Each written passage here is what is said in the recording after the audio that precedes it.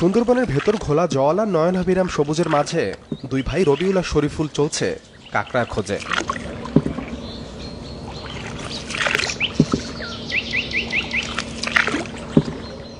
বন্যপ্রাণীর আক্রমণের ভয় আর নানা অনিশ্চয়তার মাঝেই রোজকার এই জীবিকার সন্ধান তাদের। সুন্দরবন ঘিরেই যাদের জীবিকা, তাদের সবার গল্পটা প্রায় একই রকম। আশপাশের ১৫২টি গ্রামের প্রায় লক্ষাধিক মানুষের আয়ের প্রধান উৎস কাঁকড়া অথবা মাছ ধরা, মধু ও গোলপাতা সংগ্রহ। জঙ্গলে লাড়ি কাটতে গিয়ে বা বিভিন্ন মানুষ এই বাঘের কবলে পড়ে। এই যে লুকুর পর দেখছেন, এই লুকুরের ভিতরে আমাদের সাংসারিক জিনিসপত্র ব্যাডে সব কিছু, এর পর খাওয়া দাওয়া সব কিছু, এরপর কি মানুষ বাঁচতে পারে এরকম করতে। সুন্দরবনের ওপর নির্ভরশীলতা কিভাবে কমানো যায় তা নিয়ে সরকারের সাথে কাজ করছে বেসরকারি বেশ কিছু সংস্থা।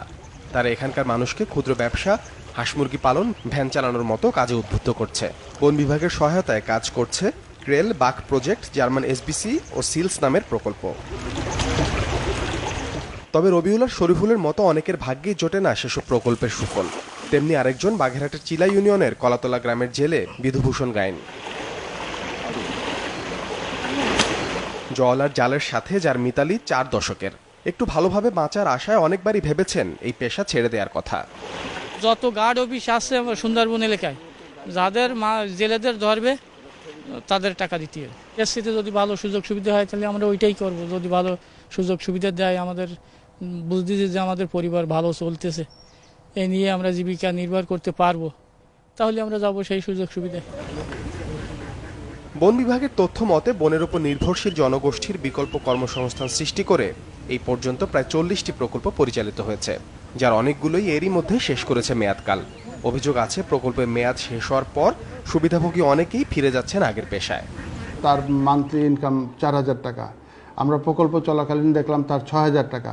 সে কিছু টাকাও জমাচ্ছে, কিন্তু ওই অবস্থায় তাকে যদি ফেলে রাখা হয়, ফেলে যদি প্রকল্প উইথড্র হয়ে যায়, স্বাভাবিকভাবে এটা আবার ডেভ্যালুয়েট হবে। সুন্দরবন থেকে প্রডিউস রাজস্বের একটি অংশ আমরা যদি এই জনগণের জন্য ব্যয় করতে পারি, তাহলে কিন্তু আমার মনে হয় তা দিয়েই একটি সার্বক্ষণিকভাবে স্থায়ীভাবে কিছু আয়বর্ধক কর্মসূচি হাতে নেওয়া যেতে পারে। তবে যাই হোক, বনের উপর নির্ভরশীল মানুষের চাওয়া একটি নিরাপদ, নিশ্চিন্ত জীবনের।